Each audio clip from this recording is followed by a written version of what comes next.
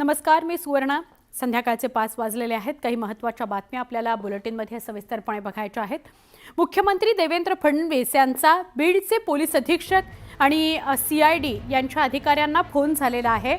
संतोष देशमुख हत्या प्रकरणातील आतापर्यंतच्या तपासाचा त्यांनी आढावा घेतला. आज सकाळपासून ज्या काही घडामोडी घडल्या, बीडमध्ये मसाजोगमध्ये प्रामुख्याने तणावाचं वातावरण होतं. त्या पार्श्वभूमीवर मुख्यमंत्री देवेंद्र फडणवीस यांनी स्वतः लक्ष घातलं. त्यांनी CID अधिकाऱ्यांना फोन केला, त्यांनी पोलीस अधीक्षकांना बीडच्या फोन केला आणि आतापर्यंतच्या तपासाचा आढावा घेतला. एकही आरोपी सुटता कामा नये असं मुख्यमंत्री देवेंद्र फडणवीस यांनी आदेश दिलेले आहेत, सूचित केलेला आहे.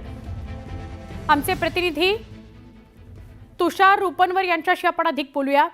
तुषार, मुख्यमंत्री देवेंद्र फडणवीस यांनी वारंवार या प्रश्नाचं उत्तर देताना म्हटलंय की बीडमध्ये जे काही प्रकरण घडलं, जी काही हत्या घडली, त्यातला एकही आरोपी वाचणार नाही, सुटणार नाही. आज पुन्हा एकदा मस्साजोगमध्ये जी काही घटना घडली त्यानंतर आढावा घेतलाय फडणवीसांनी, काय सांगाल? सुवर्ण, आपण जर पाहिलं असेल तर मस्साजोगच्या घटनेसंदर्भामध्ये मुख्यमंत्री देवेंद्र फडणवीस पहिल्या दिवसापासून लक्ष ठेवून आहेत आणि मस्साजोगमध्ये संतोष देशमुख कुटुंबियांची जी मागणी होती ती मागणी पूर्ण करताना मुख्यमंत्री पाहायला मिळत आहेत. प्रामुख्याने आता धनंजय देशमुख त्यांचे जे बंधू आहेत ते वाल्मिक कराड यांच्यावरती मकोका लावला जावा यासाठी जे आंदोलन करताना पाहायला मिळतात. या संदर्भामध्ये मुख्यमंत्री देवेंद्र फडणवीस यांनी CIDचे प्रमुख अधिकारी आणि बीडचे SP ह्या दोघांशीही संवाद साधलेला आहे आणि दोघांशी संवाद साधून रिपोर्ट देखील घेतलेला आहे आणि त्यांनी स्पष्टपणे या दोन्ही प्रमुख अधिकाऱ्यांना सूचना केलेल्या आहेत की या मस्साजोग प्रकरणामध्ये कोणाही व्यक्तीला सोडता कामा नये. जर तुमच्यावरती कोणता दबाव असेल तर तो देखील तुम्ही सांगा. मात्र संतोष देशमुख हत्याकांड प्रकरणामध्ये जे जे दोषी असतील त्या सर्व दोषींवरती कठोर कारवाई केली जाणार आहे. त्यामुळे नागपूरच्या हिवाळी अधिवेशनामध्ये मुख्यमंत्री देवेंद्र फडणवीस यांनी जो शब्द दिला होता त्यानंतर संतोष देशमुख कुटुंबियांची भेट घेताना देखील तो शब्द दिला आणि आता देखील त्यांनी SP आणि बीडच्या पोलीस अधिकाऱ्यांशी संवाद साधताना स्पष्ट केलेलं आहे की मस्साजोग प्रकरणामध्ये जे जे दोषी आढळतील त्या प्रत्येकावरती कडक कारवाई हे पोलीस प्रशासन करेल आणि मुख्यमंत्र्यांचं प्रत्येक गोष्टीवरती बारीक लक्ष असेल. नक्की, धन्यवाद. ही माहिती दिल्याबद्दल तुषार, सविस्तर बोललात त्याबद्दल धन्यवाद.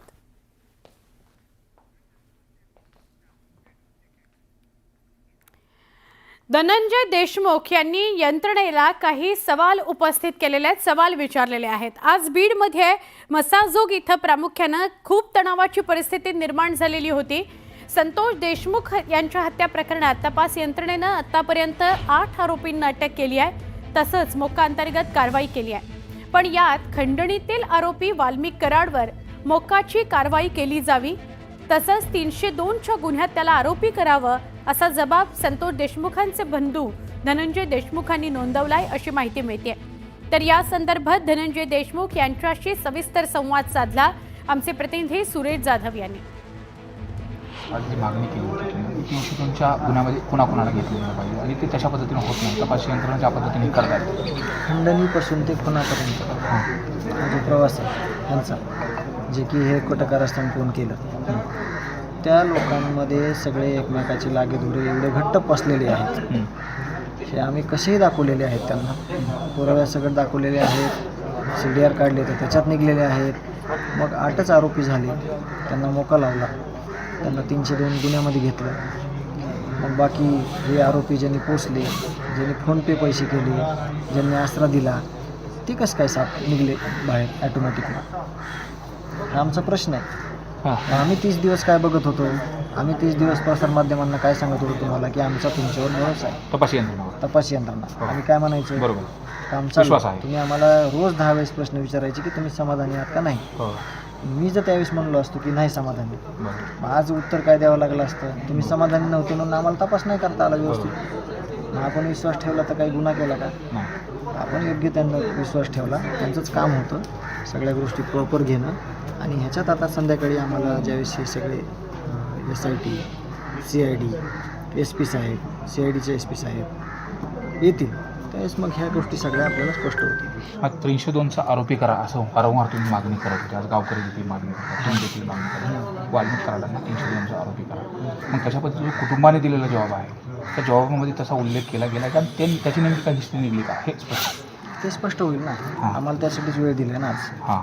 आणि विषय दुसरा असा आहे की तुम्ही दिलेले जॉब त्यांनी ॲक्सेप्ट केले का, की काय नेमकं म्हणतात का? तेच आपल्याला आज माहिती करून घ्यावं लागेल ना, की काय केलंय, जॉब दिलेले ॲक्सेप्ट केलेत का, त्याच्यावर कारवाई केली का, ते बघण्यासाठीच आज वेळ आहे ना. अच्छा. जे मी आंदोलन केलं हां. त्या आंदोलनाची दिशा अशी होती की जर तुम्ही मला एखादं आंदोलन करण्यास भाग पाडत असाल तर मग मला करायला तयार आहे. मी मरायला तयार आहे, तर आंदोलन कुठली गोष्ट आहे. बरोबर. आणि मी कुठलंच निवेदन देणार नाही हे पण तुम्हाला सांगितलं, स्पष्ट केलं आहे. मला माझ्या भावाचा न्याय मागण्यासाठी मला कुठल्याही हद्दीत जावं लागलं, मग ते मरण जरी असलं तरी मी जाणार, मी न्याय घेणार, हे तुम्हाला आज स्पष्ट करतो. न्याय घेतल्याशिवाय मागे सरकणार नाही. तपासी यंत्रणेने आतापर्यंत तुमच्या प्रश्नाची उत्तर दिली नाही का, भेट दिली नाही का? आणि आपण बघतोय रस्त्यावरची लढाई तर खूप मोठ्या प्रमाणात चालू, मात्र कागदोपत्री आणि तपासाची लढाई कुठपर्यंत आली, त्या संदर्भात काही लूफॉल्स सोडले जात आहेत का? अगर तशा पद्धतीने कोणाला पाठीशी घातलं जाते असं तुम्हाला शंका वाटते का? मी पुराव्यासकट देऊ शकतो. हां. काय कुणाला सोडलं जाते आणि कुणाला धरलं जाते. हां. पहिल्या 4 दिवसाचा तपास आहे ना, बरं. जो DYSP ऑफिसनं दिला, पोलीस यंत्रणेने दिला, बरं. SCIDला, त्याच्यामध्ये बरेचसे कच्चे दुवे राहिलेले आहेत. प्रकाश जाधव सोबत सुरेश जाधव, न्यूज 18 लोकमत बीड.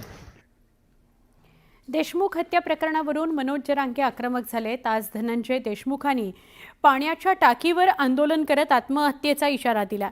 यावरून जरांगेंनी सरकारवर हल्लाबोल केलाय. खंडणीतला आरोपी वाल्मिक कराड हाच हत्येतलाही आरोपी आहे. त्याच्यावर 302 लावा आणि मकोका अंतर्गत कारवाई करा अशी मागणी जरांगेंनी केली आहे. आरोपी सुटले तर मुंडेंच्या टोळीचं जगणं मुश्किल करणार असा इशाराही जरांगेंनी दिला. खंडणीमुळे खून झालाय आणि त्याच्यावरती मोका लागत नाही, त्याला 302 मध्ये घेतलं जात नाही, तर कुटुंब धीर सोडणारच ना. आणि ही बातमी जशी बाहेर पडली तसं राज्य